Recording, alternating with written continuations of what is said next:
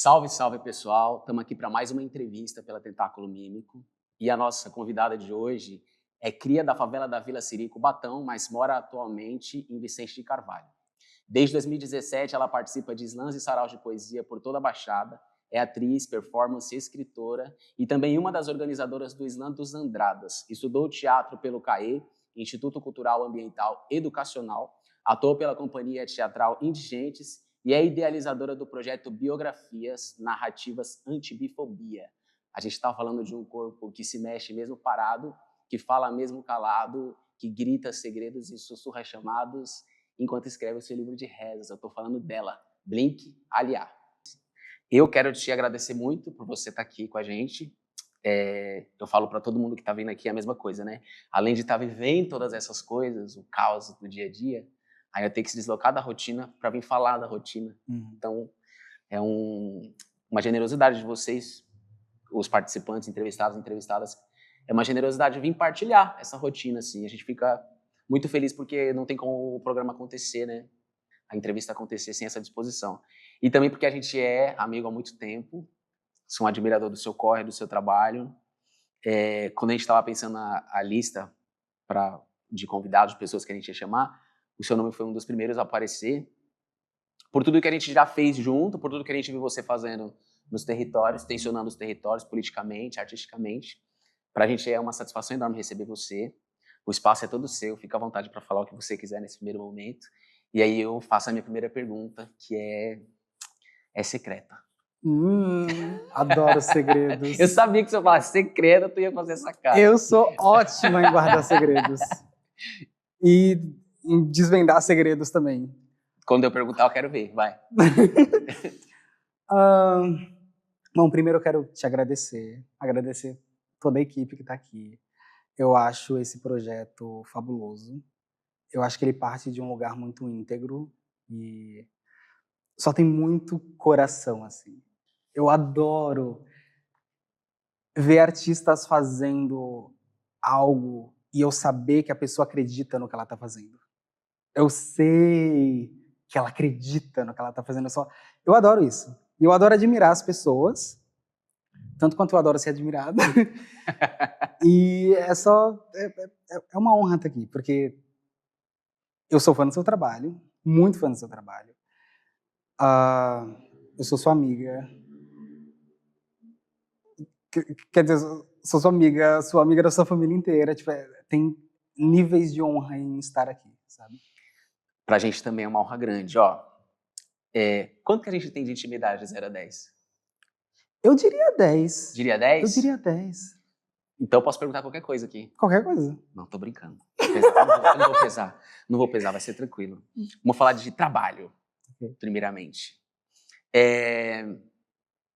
Você faz um trabalho que tensiona... Todas as vezes que eu vi você performando, tensiona muito o território onde aquilo acontece. Mesmo nos territórios que as pessoas já têm uma expectativa de que seja um lugar mais desconstruído, mais atento, parece que a sua performance, ela questiona até aquilo que as pessoas estão colocando como certo, como caminho definido. E acho que é aí que está a grande potência. Eu queria que você... Eu imagino que para chegar nesse ponto, esse humaninho artista, ou humano artista, fazer isso, tem um processo e um deles é a infância. Como é que foi a infância? A infância foi... Bom, é complicado para mim lembrar, porque eu não... Tem muita coisa que eu sei que o meu cérebro enterrou estrategicamente, mas eu consigo lembrar da sensação de ser criança. Eu acho que eu só lembro o que é ser criança. Eu nasci na favela, eu nasci na Palafita, na verdade. Aí depois de uns anos a gente se mudou para o campinho, ficava em frente a um campinho de areia. E minha família inteira vem da favela, a família do meu pai, a família da minha mãe. A minha avó era essa mulher muito sábia. Eu costumo dizer que ela era vidente, porque ela só dizia que as coisas iam acontecer. Porque ela, tipo, raciocinava tão bem que ela previa que as coisas iam acontecer. Só que ela era analfabeta, ela nunca aprendeu a ler nem escrever. A minha mãe ensinou ela a escrever a minha mãe e as irmãs dela, né, ensinaram a minha avó a escrever o nome dela. E foi a única coisa que ela aprendeu, assim. Depois ela teve mal de Parkinson e não deu mais, assim. Então morava eu, minha irmã, minha mãe e minha avó. A minha mãe tomava conta de todo mundo. Ela trabalhava numa daquelas barracas de tudo, tipo de doce, coxinha, salgado, não sei o quê. E daí ela só chegava, tipo, o que na minha cabeça era como se fosse 2 da manhã, sei lá. Ela chegava tarde, assim, à noite. E eu não...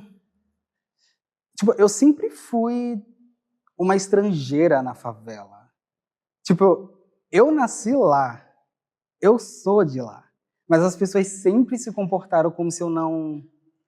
Eu acho que eu não emulo o jeito da periferia, que é essa coisa heterossexual de ser essa masculinidade voraz que beira o criminoso, ou é propriamente criminoso, assim. Então eu me sentia tão diferente, e as outras crianças, a criança da favela, ela é bastante sagaz, ela é bastante explícita. Tipo, as crianças só falam a verdade. Não tem muito essa coisa de, tipo, acreditar em Papai Noel. Elas são muito reais, muito cortantes. Então, tipo, com uns 4 anos... Eu lembro de estar na creche e... A primeira lembrança que eu tenho é, tipo, um menino... Ele me chamou de mulherzinha ou bichinha, alguma coisa assim. E aí eu respondi que eu sou muito boca aberta também. E aí ele, tipo, me beliscou. E aí eu chamei minha tia, porque minha tia trabalhava na creche. Eu falei, ele me beliscou. E daí ela, tipo, ela me colocou na frente dele e ela disse, agora belisca ele de volta. E aí eu falei, mas eu não quero fazer isso. Mas eu não quero beliscar ele. Ela, belisca? Eu falei, mas eu não quero, tia. E daí ela falou, mas você é um homem ou um saco de batata? E na hora eu pensei, um saco de batata, meu. Eu sou um saco de batata total.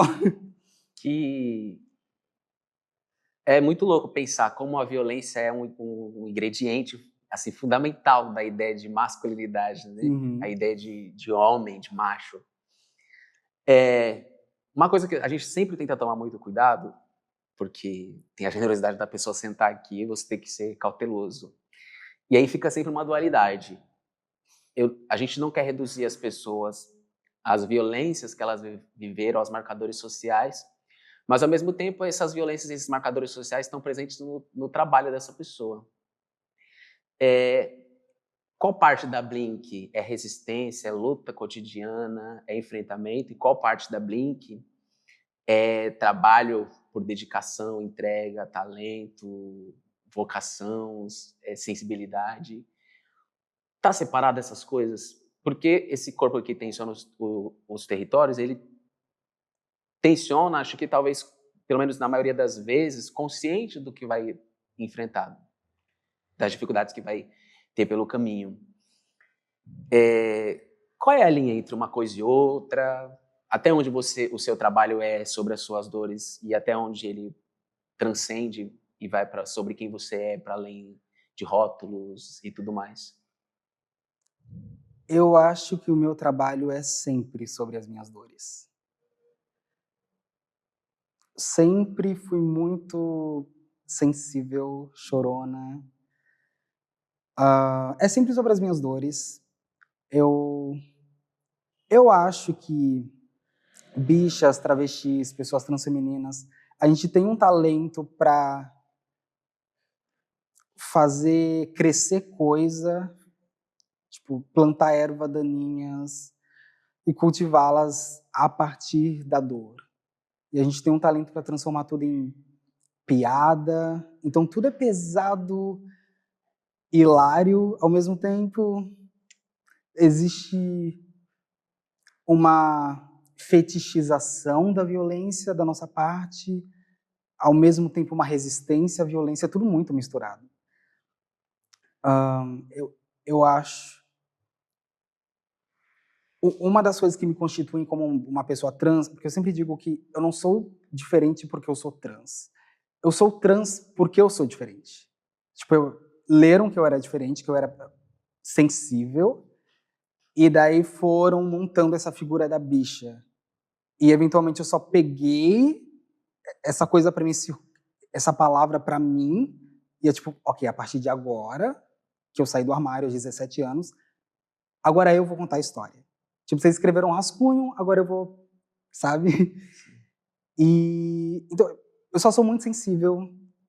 Sempre disseram que eu era bicha porque eu era sensível, porque eu chorava muito, porque eu sentia muito, ou até mesmo porque eu era, tipo, muito boazinha. Minha mãe sempre reclamou que eu era muito legal com as pessoas. E eu sempre gostei de arte. Eu lembro que eu queria ser artista plástica quando eu tinha, tipo, 7 anos. Eu mal sabia o que isso... Eu nem sei o que isso significa. Mas eu queria ser. E eu queria fazer arte abstrata, eu queria fazer uns desenhos loucos, umas coisas que não faziam o menor sentido. E na favela isso só não parecia real, possível, mas eu queria fazer. Então, é tipo quem veio primeiro, o ovo ou a galinha, tipo, eu escrevo para lidar com a violência ou eu sofro violência porque eu já era muito artística? Acho que ambas as coisas. Agora que você falou, eu percebo que a pergunta não fez o menor sentido, porque... porque a arte não vai escolher um lado, né? Eu vou pelo caminho X, ela vai sair e vai surgir a partir do que tiver que surgir, assim, a experiência que você estiver tentando traduzir é o caminho por onde ela vai sair. E as pessoas já tentaram reduzir você ou o seu trabalho a isso? Ou tentar desmerecer a importância dele, da leitura crítica política que ele é capaz de fazer, dizendo assim, Brink, isso te resume demais, te coloca numa caixa. Como é que você... Que leitura você faz, tipo, de comentário e o que é, de fato, que existe por trás dessa produção?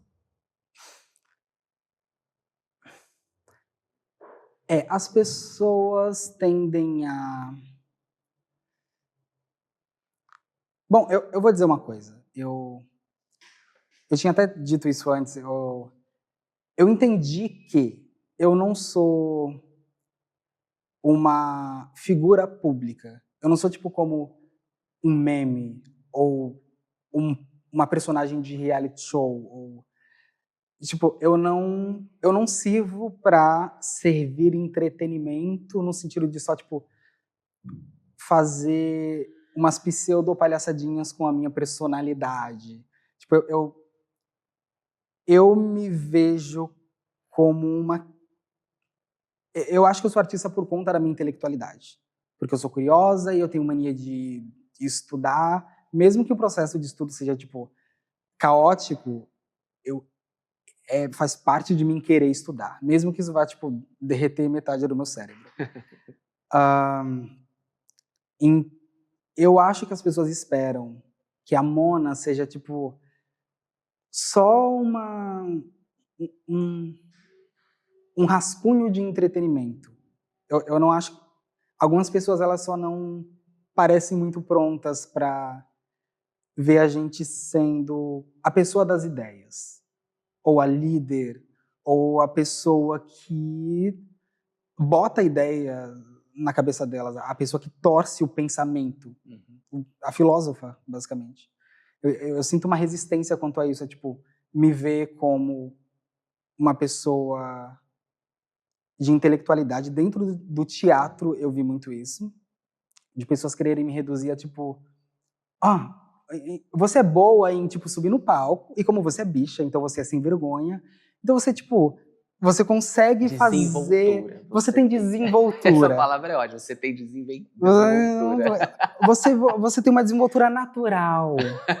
E daí sempre me coloca naquele mesmo papel. A pessoa nem fala qual é o personagem, eu já sei qual é o personagem. Eu já sei no que vai dar.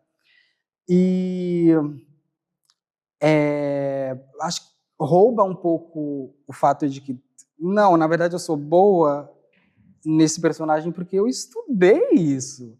Tipo, eu passei noites sem dormir estudando isso. Eu peguei referências, eu anotei coisas, eu escrevi tipo 30 textos para chegar em um texto, sabe? Eu escrevi tipo 50 páginas para chegar em um parágrafo que eu sintetizei. Tipo, eu usei meu cérebro. É trabalho intelectual. Constante.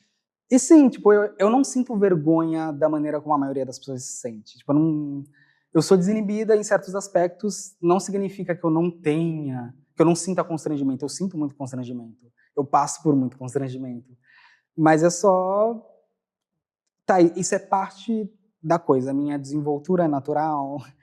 É parte da coisa, mas não é o que me torna artista, eu diria. Tua poesia é visceral, né? Quem viu você nos slams sabe do que eu estou falando, ou quem viu você no teatro.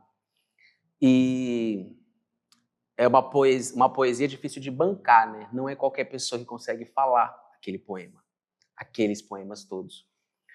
E esse lugar do trabalho intelectual, da cabeça pensante, brilhante, ser negado o tempo todo, também é um marcador forte de quem escreve desse lugar, à margem, como dizem, né? Como é que começou essa relação com o conhecimento? Que você olhou e falou assim, entendi, tem um vão aqui e eu sei como preencher. Começou com que idade, em que contexto? Eu lembro de estar no jardim de infância, eu devia ter uns 5 anos, talvez, e eu acho que eu tenho um processo de pensar que é ansioso e tipo, faminto. Então eu penso muita coisa ao mesmo tempo e, eventualmente, eu entendi que eu tinha que registrar para mim não perder as coisas, ou para elas não se quebrarem, porque é uma massinha de um monte de... Sabe quando você mistura a massinha de várias cores e daí vai formando aquela cor alienígena? Tipo, é o meu processo de pensar. Eu sempre fico olhando para as coisas e tentando criar. Tipo, eu acho que porque eu fui uma criança solitária, eu tinha que passar muito tempo sozinha, então eu tinha que imaginar alguma coisa para me distrair, para mim não pensar, tipo, eu tô aqui de lado. Eu lembro de estar no jardim de infância e ser a primeira da minha classe a aprender a, tipo, juntar, fazer ba, be, bi, bo, bu. E eu, tipo, eu era tão arrogante, tipo, eu só não entendia como... Eu fiquei tipo, como vocês não sabem isso? Eu não entendia por que as pessoas não estavam, tipo, sacando. Tipo, é tão fácil. Rolava aquela impaciência de estar naquele ambiente, parecia Rolava. engessado demais, Uhum. dá um cansaço, né? Dava um cansaço e, tipo... Daí eu saquei que eu tenho um certo domínio das palavras. E eu fui me apegando às palavras. Tem alguns... Eu não consigo dizer onde é que tudo começou, mas, tipo, tem algumas coisas, tipo...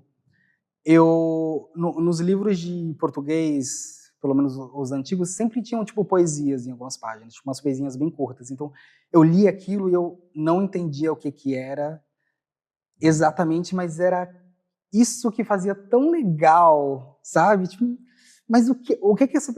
E poder interpretar, poder, tipo, montar a minha própria narrativa em cima daquilo que outra pessoa escreveu há, sei lá, 100 anos atrás, era só muito excitante para mim. E eu também lembro de uma das minhas professoras falando que as plantas pensam, e aquilo foi uma das coisas que esticou meu raciocínio, tipo, ok, As plantas pensam. as plantas pensam. Então, tá, muito do que eu vejo no mundo não é exatamente o que parece. As plantas pensam. Você não precisa ter rosto para pensar, você não precisa ter um corpo humano para pensar. Tipo, o que é pensar? E daí eu só comecei a me relacionar com a natureza, comecei a, tipo, brisar sobre qualquer coisa. O Blink, esse processo de produção, ele tem, você falando, tem uma coisa meio caótica, ao mesmo tempo meio mágico, se brinca com coisas, as plantas pensam, então as coisas não são como eu vejo, já começa a surgir outras imagens. E você deixa isso também, isso aparece bastante na tua poesia, quando você escreve. Isso aparece também quando você está atuando? Qual é o seu processo para a construção dos personagens? Quando o personagem já não vem estereotipadamente pronto, qual é o processo que você faz? Como que é o seu processo de criação para o personagem? Mesmo quando um personagem vem engessado, tipo, estereótipo do estereótipo do estereótipo, eu procuro fazer a gênesis do personagem. Eu adoro escrever a história de origem, colocar aqueles detalhes ali, que ninguém vai saber, ninguém que está assistindo a peça vai saber, mas eu vou saber, isso só... É isso que dá vida pra coisa e me coloca num lugar de empatia para com o personagem. Eu assisto muito filme, eu amo filmes, eu adoro filmes. Assisto muito, muito, muito filme. Dou uma boa pesquisada, pelo menos nos básicos, assim, de tudo que eu tenho que saber. Tipo, se o personagem é... Sei lá, se o personagem é um motoqueiro, eu vou passar uma noite, sei lá, vendo vídeos de como construir uma moto. Mesmo que ele não construa uma moto. Mesmo que não tenha essa cena. Mesmo que não tenha essa cena. Mesmo que ele não seja um cara que construa uma moto. Ele só anda de moto, mas eu vou tipo, querer saber como é que se constrói uma moto. Daí, do nada, eu vou começar a pesquisar sobre óleo diesel, etanol, de onde vem. E daí eu começo... meu pensamento ele começa a fugir. Daí eu tenho que me arrastar de volta. Eu vou pegando uns pedacinhos de coisas que aparentemente não tem nada a ver. Mas pra mim, tipo, dá um gás, assim. Tipo, faz o personagem ser quase uma entidade pra fora de mim. E daí eu peço a essência dele emprestada, por assim dizer. É um processo longo. É um processo longo. É longo. Tem um outro projeto seu também que eu achei que a gente podia falar dele um pouquinho, que é sobre biografias, narrativas antibifobia. Fala um pouquinho do projeto. Ele é o quê? Você está coletando relatos? Como é que é? Tá chamando as pessoas para uma conversa, tipo aqui? Tá indo para a rua? O que você faz? Bom, o Biografias ele começou quando eu tinha 20 anos, agora eu tenho 27, vou fazer 28. A ideia é conversar com pessoas bissexuais, muita já são do meu convívio, tipo, são amigos meus, e daí elas me contam a história delas, tipo, da maneira como elas querem, mais ou menos. Eu sempre tenho algumas perguntas, tipo, geralmente, como foi sua infância? E como é sua relação com a sua família? Ou como você definiria a bissexualidade? Tipo, se você colocasse numa frase, ou se você quiser escrever um texto todo, whatever, tipo, como você definiria? Eu sempre faço essa pergunta. A ideia é só conversar com as pessoas e daí eu anoto tudo que elas me dizem, ou gravo no celular, depois anoto. De primeira, eu fazia textos poéticos, depois eu comecei a escrever crônicas. Teve algumas vezes em que eu só escrevi o que a pessoa me disse, tipo, como um trabalho jornalístico mesmo. Vai depender da história. Vai depender da pessoa, porque eu fico muito nervosa em relação a, tipo, ok, eu tenho esse peso todo nas minhas mãos, é a história de outra pessoa, e eu não quero, tipo, desonrar ela. Então, tipo, tem histórias que eu ainda não fiz nada com elas. Eu tenho elas na guardada e eu ainda não fiz nada porque eu não sei como respeitar e celebrar essa história ainda, sabe? Porque são vivências muito densas, né? Uhum. Você também é organizadora, ou uma das organizadoras, do Slam dos Andradas. O Slam dos Andradas, para quem não conhece, é um dos primeiros slams de poesia que a gente teve aqui na Baixada Santista. Ele acontece na Praça dos Andradas, em frente à Cadeia Velha. E é uma batalha de poesia, uma disputa de poesia, onde as pessoas declamam seu poema e são avaliadas por um grupo de jurados de 0 a 10. E aí tem sempre um vencedor, uma vencedora. É uma roda, é um espaço tenso como qualquer outro espaço social. Então, tem narrativas políticas difíceis, duras, tem violências que se apresentam, são colocadas na roda. Há também há conflitos até entre as pessoas que estão na roda, né? Os corpos são lidos e as leituras vão formando opiniões, pensamentos. Os conflitos acontecem. Como que é estar... Você já esteve nesse ambiente como uma poeta corredora, né? Participante ali. E a gente já falava bastante de como é um ambiente, ele depende de, como qualquer outro ambiente social, de um certo jogo de cintura, né? Uhum. Como que é estar nesse ambiente agora, desse outro lado da organização, assim? Como é que é estar na posição de uma figura respeitada, uma posição respeitada, e esse elemento parece algo não tão familiar assim, sabe? O respeito. Como é que é? Você se sente acolhida? Entende que as pessoas estão compreendendo que você está ali para fazer um trabalho? Olha, eu me sinto acolhida por parte do público, com certeza. Da galera que vai, nem necessariamente os poetas que correm, mas tipo, a galera que vai para ver. Me sinto muito bem acolhida por parte dessa galera. E eu me sinto muito acolhida por uma das minhas parceiras de organização, que é a Jordana.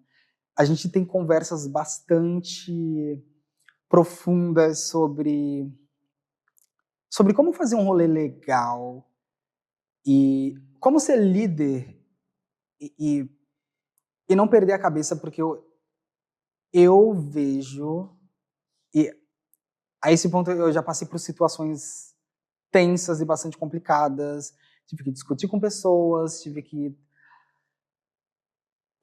as pessoas têm uma dificuldade de entender que eu, ou qualquer figura feminina, que a gente pode ser a cabeça por trás das coisas. E que se eu tô na chefia de um movimento, na falta de uma palavra melhor, eu posso ouvir todas as opiniões possíveis, mas a última palavra ainda vai ser minha e das pessoas que fazem parte daquela organização. Então tem coisas que me pegam muito, tipo, eu tá falando e uma pessoa me interromper de propósito, sem necessidade, e me cortar ferozmente, assim. Tipo, isso me pega muito. E eu já vi acontecer com várias minas, com várias amigas minhas, com várias monas.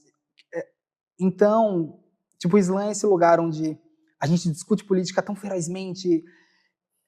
E é tipo, na minha opinião, antes da gente começar a, tipo, juntar diferentes núcleos políticos ou formar um coletivo de artistas que vai revolucionar a cena com ideias que nunca foram feitas antes, porque todo jovem artista acha que vai mudar tudo. Eu já fui um jovem artista que achou que ia mudar tudo. E antes da gente pensar nessas coisas, a gente tem que, tipo, estabelecer certos básicos, tipo, não interrompe as pessoas quando elas estiverem falando.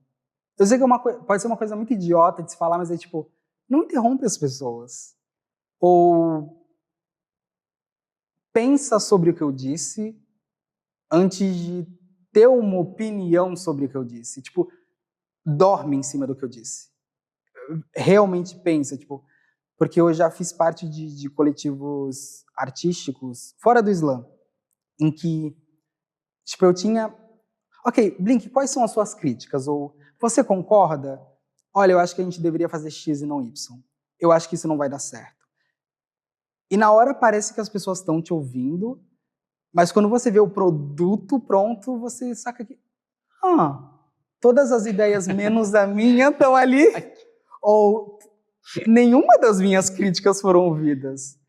E isso acontece muitas vezes em detrimento do evento, do produto, da obra. E é tipo, poxa, você prefere pular do despenhadeiro e fazer um lance de menor qualidade do que só admitir que talvez eu esteja certa. Qualidade é uma palavra interessante. Você é perfeccionista? Sou. É? Você sofre com perfeccionismo, imagina? Eu não chamaria de perfeccionismo, é tipo uma... Acho que é perfeccionismo, é tipo, eu nunca tô contente, tipo, eu fico contente por 5 segundos e depois eu já penso em 1000 formas de melhorar, tipo, eu só nunca tô, tipo, satisfeita, sabe? Mas você já deixou de colocar uma parada no mundo assim, tipo, sei lá, um trabalho que você fez, deixou de colocar ele no mundo porque olhou e falou, não tá bom ainda. Tipo, tá muito ruim. Tipo, as pessoas falando, tá ótimo, e você assim, não, tá muito ruim. Ai, já. Muitas vezes. Já. Agora, dentro desse perfeccionismo, essa crítica, né? E dentro dessa leitura crítica que a gente é capaz de fazer dos nossos espaços de cultura, slams, saraus, e essa capacidade de ao mesmo tempo que criticar, entender a capacidade e a potência daquele território, daquele lugar, acho que a outra pergunta que nos cabe sobre o Islã, e aí acho que uma organizadora é uma pessoa que pode dizer, apesar de todas as contradições, das violências presentes, das narrativas distorcidas, né, dos conflitos de modo geral, o Islã, ele cumpre a função dele enquanto movimento de literatura marginal, de periferia. Você sente que ele tensiona positivamente o território nesse sentido, apesar de todas as questões envolvidas?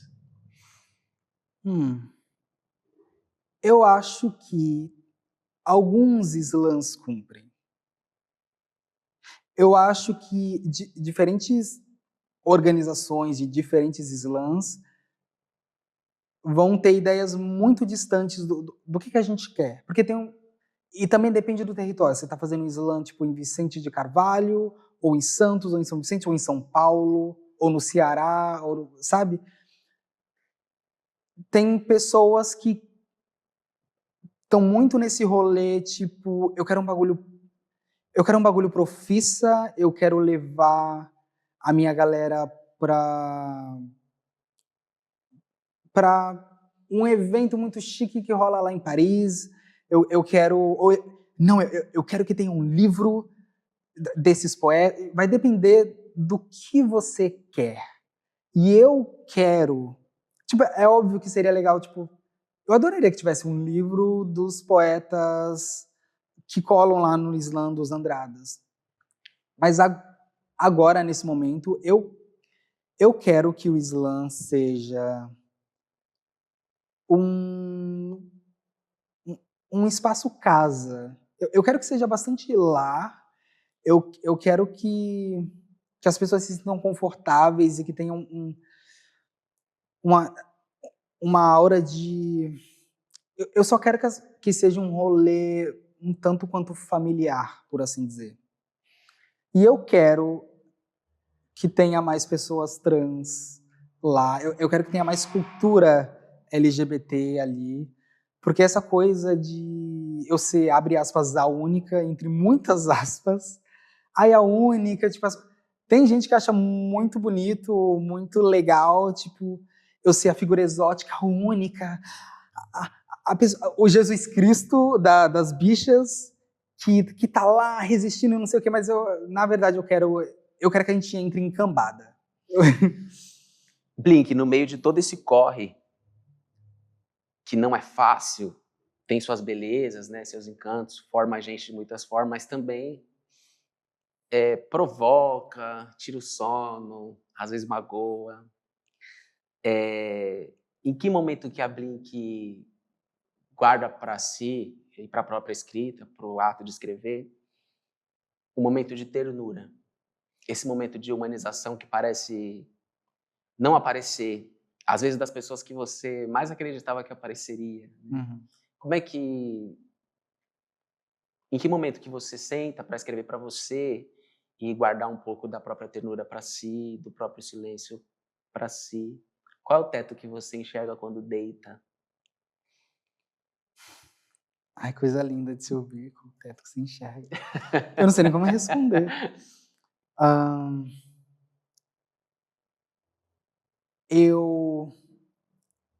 Quando eu deito, eu tento visualizar um céu que não existe, com estrelas que ainda não estão prontas. Eu gosto de imaginar realidades que não estão ainda. Eu quero acreditar que escrever, fazer arte, é de uma maneira muito literal, tipo, moldar a realidade ao seu redor, tipo, dobrar as coisas. Na bruxaria, a gente chama a nossa espiritualidade a arte, ou a grande arte. E não é à toa que a bruxaria se chama a arte, porque não tem bruxaria sem literatura, sem teatro, sem dança, sem música. Não tem espiritualidade sem essas coisas, na real. Sem nada disso. Né? E daí a gente pode começar a pensar, tipo, no que é arte. Tipo, montar um altar é arte? É de fato um trabalho... É instalação artística. Tipo, tem até uma categoria técnica para isso. É uma instalação artística, tecnicamente. Né? O teatro vem da espiritualidade, a música, como a gente conhece, vem da espiritualidade. Quando eu comecei a ter uma pegada mais religiosa, mas com uma pontinha de paródia nos meus textos, eu pude sonhar mais. Eu pude não só escrever que o que acontece é isso e aquilo, tipo, e a gente morre, e a gente sofre abuso, e não sei o que lá, mas eu pude, tipo, eu comecei a estudar sobre benzimento de uns 2 anos pra cá, e eu fiquei tipo, eu podia escrever algo do tipo. O benzimento é algo muito simples, feito por pessoas despretensiosas, avós, mães, que cuidam, pessoas que não foram para academia, e ele traz essa linguagem da eu te cuido, eu te benzo, eu te oro, eu te dou meu amor. É afeto sendo passado por energia. Então, quando eu comecei a entender que eu podia desafiar sem... E o teatro me ajudou muito com isso, porque antes eu escrevia da perspectiva da vítima, e no teatro eu comecei a brisar mais com a ideia de eu interpretar o vilão, e daí você pode colocar um espelho na cara das pessoas. Fica até mais fácil. Tipo, se eu escrever como se eu fosse o transfóbico e não a vítima da transfobia, eu vou estar me descrevendo como se eu fosse o máximo, mas as pessoas vão estar vendo aquilo e pensando, meu Deus, é um absurdo. E uma parte do cérebro delas vai ficar tipo, isso é você. Isso é o que você faz.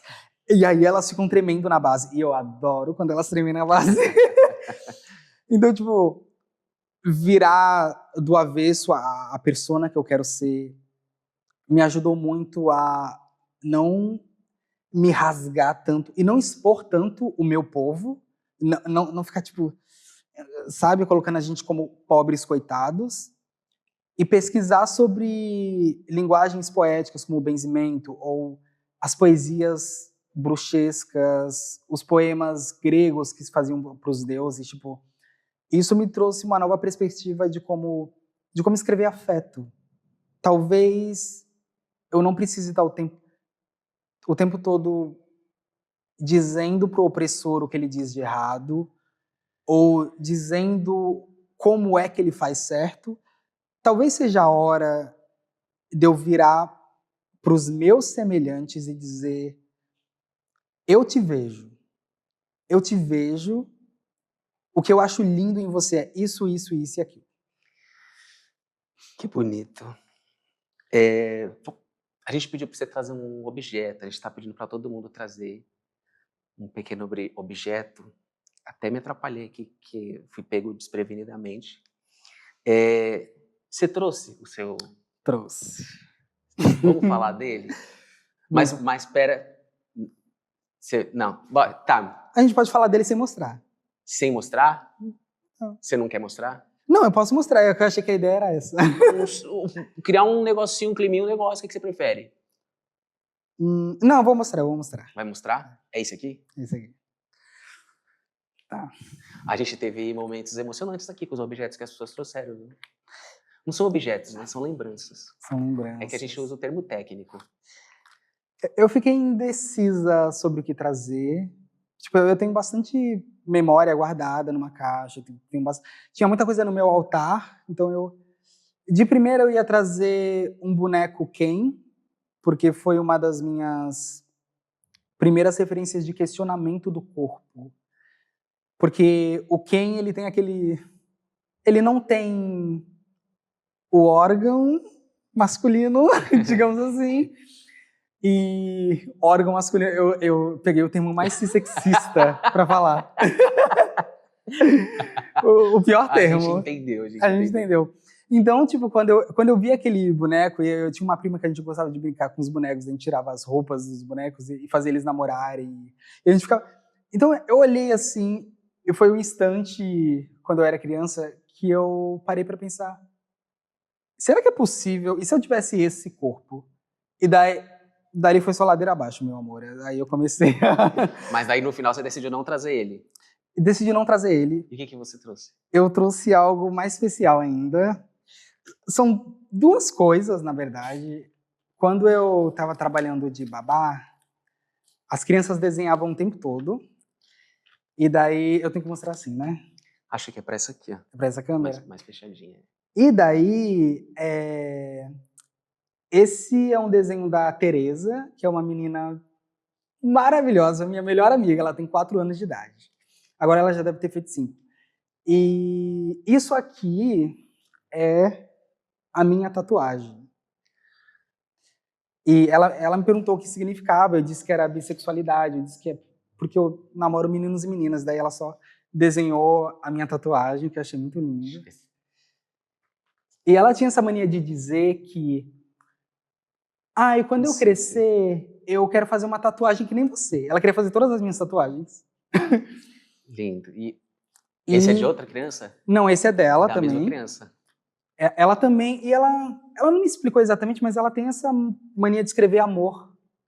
Amor. E daí, eu não sei se essa é ela, tinha ela e a mãe dela, mas eu sei que essa sou eu. E ela falou, é porque eu tô te desenhando, tipo, daqui a algum tempo. E é por isso que eu desenhei você com o cabelo grande, o vestido, porque, tipo, você daqui a algum tempo. Então, eu nunca disse pra ela que eu tinha planos de mudar minha aparência, mas ela só sabe. E você ainda tem contato com as crianças? Eu posso ir até elas, tipo, não é um contato cortado, mas faz 1 ano que eu não vejo eles, assim, tipo... É complexo, porque os pais têm uma resistência muito grande à minha figura, e eu geralmente discuto com os meus patrões, tipo, a gente bate cabeça, porque as ideias do que significa, tipo, cuidar de uma criança eticamente só não batem, e eu sou muito língua solta, eu não consigo... Você falou uma palavra bem interessante, que é eticamente, e tem um monte de violências que a gente faz culturalmente, reproduz culturalmente, que os pais, mães, os responsáveis, às vezes nem sabem, não entendem como violências, porque foi exatamente aquilo que eles receberam. Uhum. E aí tem todo aquele processo de o tempo passar, as fichas caírem, é um grande... Mas que bom que elas tiveram contato com a sua pessoa em algum momento da vida, porque eu tenho certeza que isso vai ser um diferencial. Tenho certeza absoluta, porque os encontros têm essa magia, né? Antes da gente ir para o finalzinho, eu gostaria de falar um pouco do seu livro, que você está escrevendo, já escreveu, vai lançar? Estou escrevendo, eu vou estar escrevendo os textos até o final desse ano, e a partir do ano que vem que é tipo, me juntar com uma galera, fazer diagramação, realmente focar em publicar no sentido de físico. É possível que eu publique ele ainda esse ano, tipo, uma parte dele na internet, talvez até de graça, acho que provavelmente de graça. Eu piro muito, tipo, publicar o livro físico e cobrar, mas também ter na internet de graça. Já tem título? Talvez mude, mas eu acho que não, acho que vai ser esse título, Rezas Sagradas para Crianças Viadas. E fala do quê? Ainda que o título me dê já uma noção, fala do quê? Assim, eu sei do que ele deve trazer como assunto, mas são histórias que nascem de onde? Da sua vivência, de vivências que você conheceu? O que você está fazendo nesse livro? É uma personagem? Tem algumas personagens, mas a maior parte dos textos são bastante autobiográficos. Ele é um livro de textos poéticos. Tem textos que são, tipo, de fato feitiços, poesias, tipo rezas para você realmente usar para benzer criança, para se benzer, para benzer seja lá quem for. Tipo, são realmente... Alguns textos são receitas, tipo... Ai, para dor nas costas, caroço de abacate, não sei o que lá, alguma coisa que rima com abacate. E também tem crônicas, e aí na parte das crônicas, tudo que tá lá aconteceu, só não necessariamente aconteceu comigo ou naquela ordem que eu botei. Então eu boto uma... Tipo, tem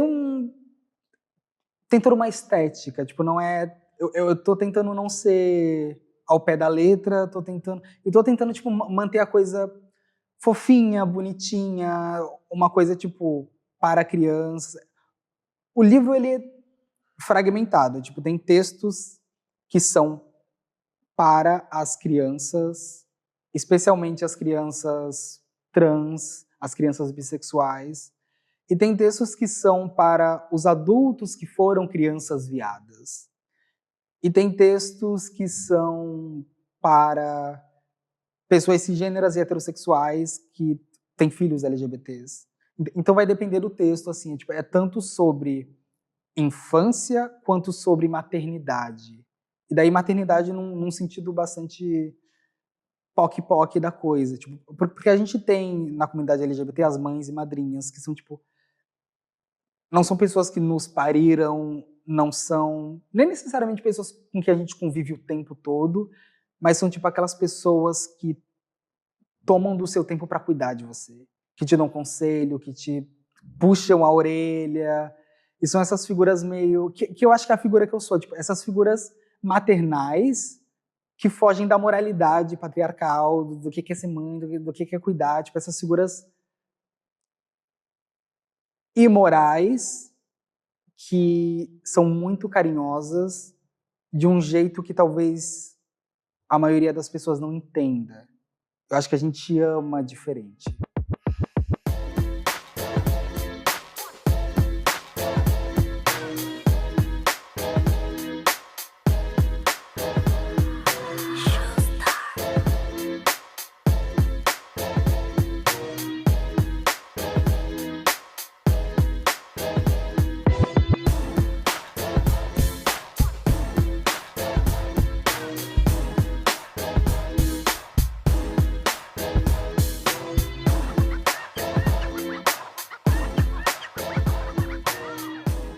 Antes da gente ir para a nossa pergunta mímica, que é a pergunta final, eu tenho mais 2 perguntas para te fazer. Uhum. O livro, você não tem previsão de lançamento ainda, né? Não. Não tem. Mas acompanhe Blink pelas redes sociais, Instagram, enfim. A gente vai colocar o endereço na legenda. Nesse processo de construir narrativas, ouvir pessoas, participar das rodas, dos saraus, dos slams, falar poesia, você virou referência para muita gente. Muita gente gosta do seu trabalho, gosta de você, lê o que você escreve. E essa é uma responsabilidade muito grande, né, ser referência para alguém. Acho que a gente nem quer estar nesse lugar quando a gente está consciente do que isso significa. Mas para você virar referência de alguém é porque você teve alguém como referência também. Uhum. Quem são as suas referências? Quando a gente fala em referência, qual é o primeiro nome que vem na tua cabeça e por quê? Acho que minha mãe, minha avó, todas as minhas tias, na real, elas são uma grande referência para mim. Tipo, elas só são tão afiadas. Elas souberam sobreviver de uma maneira muito, muito particular, assim. Tipo, minhas tias e a minha mãe foram as primeiras a, por exemplo, se divorciar, se separar lá na Vila dos Pescadores, que é de onde eu vim. Elas sempre foram, tipo, esse grupo de mulheres. E aqui eu digo mulheres com uma certa vírgula, porque eu não diria que a minha mãe é uma pessoa cis. Então também tem essas complexidades, tipo, eu tenho essa relação tão dúbia com a minha mãe, tipo, ela me discrimina, mas ela me dá um suporte, não necessariamente com palavras, ou não necessariamente de uma maneira tipo, mas ela me dá espaço e suporte para mim fazer tipo as coisas do meu jeito. Eu acho que eu me vejo nela. E eu teorizo que ela se vê em mim, e talvez seja por isso que ela tem medo em relação a certas coisas, porque ela sabe que ela é feroz, e eu sou feroz. Eu costumava achar que a minha mãe tinha medo por mim porque ela me achava fraca. Mas eu acho que agora ela tem medo porque ela sabe que tem essa faísca de coragem em mim. Então eu posso me colocar em situações...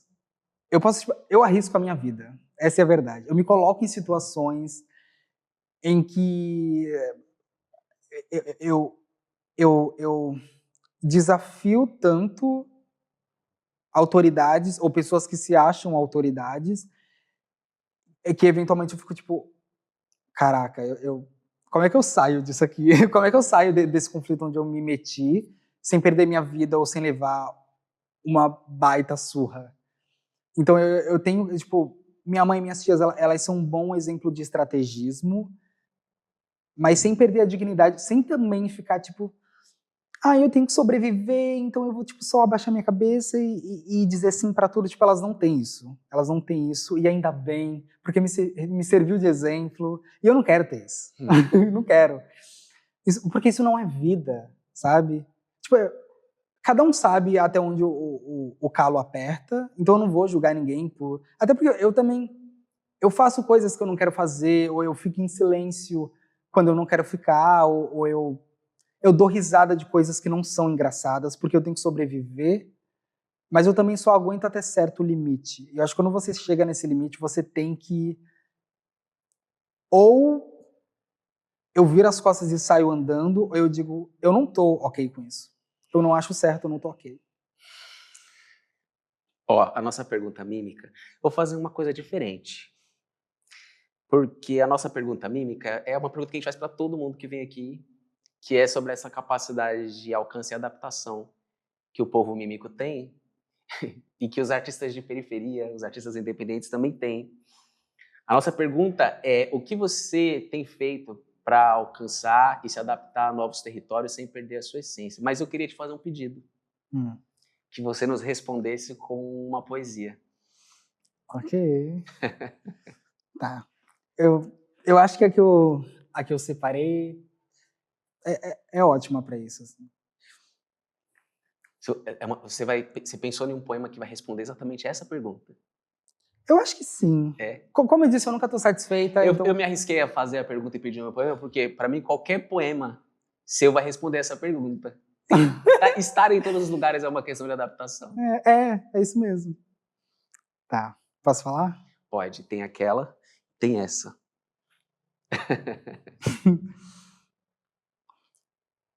Posso cortar a chama de uma vela ao meio.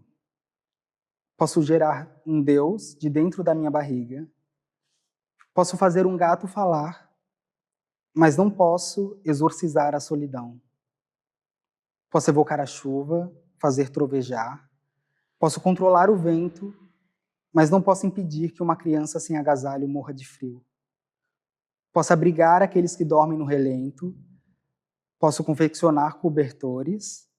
Posso servi-los uma poção do amor com canela e canjica. Posso ser gentil. Posso fazer da minha casa uma república. Posso lutar contra a polícia. Posso arriscar a minha vida por alguém. Posso me tornar uma ativista, mas não posso pedir que me amem por nada disso. Posso coar café numa calcinha. Posso voar numa vassoura de palmeira. Posso trazer seu amor de volta em 7 dias, mas não posso banir a tristeza. Posso te dizer que a carência é o preço que pagamos pela dádiva do desejo, que não tem mel ou açúcar que adoce lágrimas de saudade. Não posso fazer com que acredite em mim, mas posso te dar um abraço sem te tocar. Posso te olhar como se te amasse, mesmo sem te conhecer. Posso sorrir e esperar que sorria de volta. Posso lembrá-lo que somos feitos da mesma estrela e que somos filhos da mesma poeira. Muito obrigado. De verdade, foi muito bom ouvir você, ter você aqui. A sua obra, a sua arte toda, você sempre comove muito a minha humanidade, a minha vontade de fazer as coisas, me inspira, me fortalece também. A gente divide muita coisa, né? E ter tido essa conversa com você foi mais um pingentinho que a gente coloca nessa relação já de uns anos. E eu espero que você brilhe muito em todos os lugares por onde você passar e que onde não houver espaço suficiente, que esse espaço se abra, onde não houver luz o suficiente, que essa luz se acenda, que seja você e que a gente consiga alcançar aquilo tudo pelo que a gente tem minimamente lutado. Eu te amo muito, tá? Eu te amo demais, mesmo. A gente se ama muito, então. A gente se ama demais. Eu vou ter que... Se você quiser falar mais alguma coisa, deixar algum recado para as pessoas, fica à vontade, o espaço é seu. E é isso, a gente está aqui para te escutar, fica à vontade. Se eu puder dar um recado, eu peço que as pessoas façam o sacrifício de nos amar. Amar uma pessoa como eu, amar uma pessoa diferente, é só muito trabalho. Eu fico com medo de dizer isso, mas é tipo, você vai ter que sacrificar um pouco da sua reputação, um pouco das suas ideias que parecem concretas, que parecem só certas e não são. Eu acho que nós merecemos ser amadas. Eu acho que tem muito na gente que as pessoas ainda não sacaram.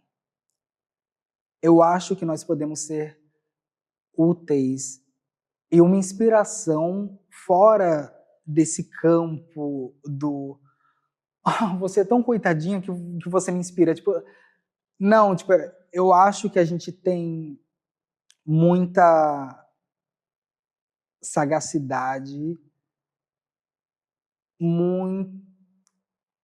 muita complexidade, profundidade. Eu só acho que a bicha, ela traz uma nova perspectiva do que é amar, do que é viver. Porque nem tudo é o que parece. Quem fala manso não é necessariamente calmo, quem grita não é necessariamente violento. Olhar para nós é começar a esticar esse chiclete tutti-frutti que é ser humano e fazer parte da natureza, estar entre outros seres vivos, é repensar o existir, sabe? Nós sabemos muito sobre a morte. Nós esperamos pela morte. E a morte é meio que o que nos une, assim, como espécie. Nós humanos, tipo, ela é o que traz as nossas ânsias, nossos medos. Isso é meio que o que colore a vida. Nós conversamos com a morte de uma maneira direta. A gente bate papo com ela, fala para ela esperar mais um pouquinho, só mais um pouquinho. E esse tipo de saber é único, é algo que você só aprende com a experiência. Então eu acho que as pessoas deveriam, tipo, aprender com a gente, tipo, só fiquem do nosso lado. Só nos defendam. Quando a gente estiver certa, só nos defendam. Tipo, real, dane-se o que as outras pessoas vão dizer. Dane-se se você vai perder 20 outras relações que você tem. Eu acho que eu valho a pena. Eu acho que pessoas como eu acho que de verdade a gente vale a pena. A gente A gente vale a pena. Muito. Recado dado? Recado dado. Recado dado. Essa aqui foi a nossa intensa conversa com Blink. Conheçam o trabalho dela nas redes sociais e fica atento aí a Tentáculo Mímico, que a gente tem muita coisa para compartilhar com vocês.